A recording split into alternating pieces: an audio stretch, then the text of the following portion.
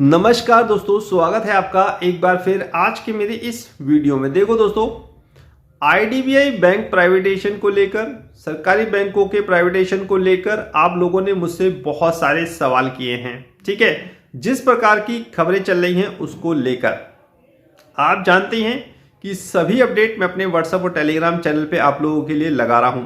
वैसे तो मैं एक यूट्यूब कमेंट्स की वीडियो हर सैटरडे को बनाता हूं, लेकिन आज छुट्टी थी तो मैंने सोचा क्यों ना आपके कुछ सवालों के जवाब दिए जाएं सिर्फ बैंक प्राइवेटाइजेशन को लेकर।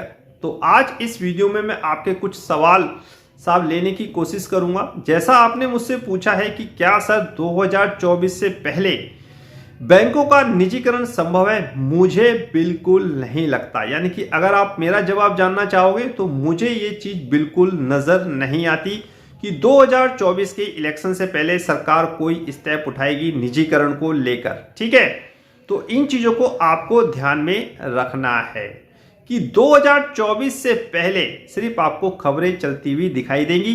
कारण ऑलरेडी मैं पिछली कई वीडियो में आपके साथ बता चुका हूं।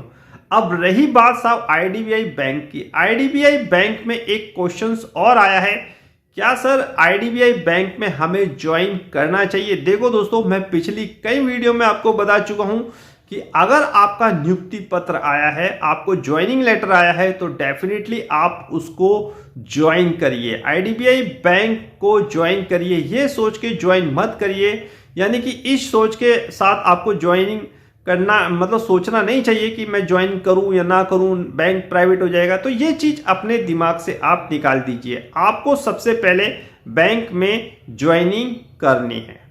ठीक है, तो रही बात अब साहब एक और क्वेश्चन आता है कि पंजाब एंड सिंध बैंक अपनी ब्रांचेस को एक्सपेंशन कर रहा है, बढ़ा रहा है और ज्यादा ब्रांचेस खोल रहा है। 2000 के आसपास कमेंट्स में मुझसे साहब ये पूछा गया है कि पंजाब एंड सिंध बैंक 2000 से ज्यादा ब्रांचेस खोल रहा है। देखो दोस्तों, अभी कोई अपडेट इसके बारे में मेरे पास नहीं है। ठीक है, मैंने आज देखने की कोशिश करी, लेकिन किसी कारणवश मैं साहब आज सोशल मीडिया के जितनी भी न्यूज हैं या जो भी गूगल की न्यूज है या जो भी बैंक रिलेटेड न्यूज है वो देख नहीं पाया।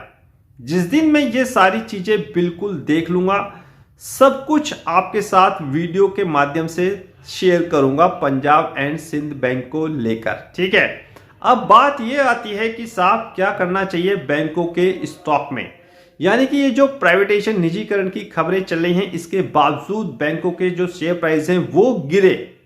तो मैंने आपसे कहा है कि बैंकों के जो शेयर्स प्राइस हैं वो गिरने लाजमी है, क्योंकि बड़ी बड़ी ब्रोकर फर्म इनको डाउनग्रेड करा है, एनपीए की चिंता जाहिर की है।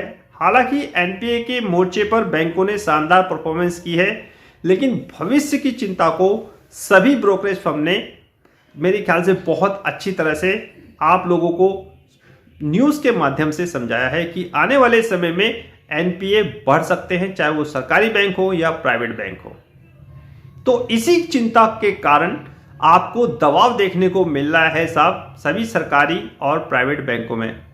इसके अलावा देखिए, आप रिजल्ट शानदार हैं, फिर भी आपको अच्छी खासी गिरावट इन प्राइवेट और सरकारी बैंकों में देखने को मिल रही है, क्योंकि बैंक निफ्टी ऑलरेडी वीक है और कारण आप जानते हैं मिडिल ईस्ट का तनाव। ठीक है, तो इन्हीं सब के कारण बैंकों के जो स्टॉक हैं वो आपको थोड़े से प्रेशर में दिखाई देंगे। अभी मैं आपसे ये कहूंगा कि आपको कोई लेने की जल्दीबाजी नहीं है, आपको थोड़ा वेट करना चाहिए। आईडीबीआई बैंक पे भी मेरी यही राय है। मैंने आपसे कहा था कि 65 से 72 ये ट्रेड करता हुआ नजर आएगा, लेकिन इसने साहब मंडे को अपना 65 का स्तर तोड़ दिया। देखिए, अब इसका एक महत्वपूर्ण सपोर्ट है 62।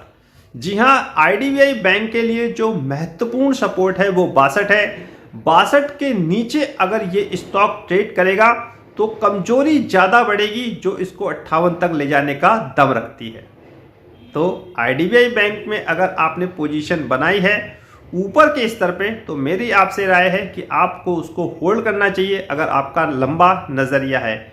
वरना एक एसएल 62 को ध्यान में रखिए, क्योंकि 62 अगर टूटेगा तो फिर इसमें 58 का स्तर भी आपको दिखाई देगा। सब कुछ निर्भर करेगा बाजार की परिस्थितियों पर, जो इस समय तनाव चल रहा है इजराइल और फिलिस्तीन पर, सब कुछ उस पर निर्भर करेगा। ये कुछ सवाल थे जो आपने मुझसे पीएसयू बैंक और आईडीबीआई बैंक को लेकर पूछे थे। उन सभी सवालों के जवाब मैंने इस वीडियो के माध्यम से दे दिए हैं।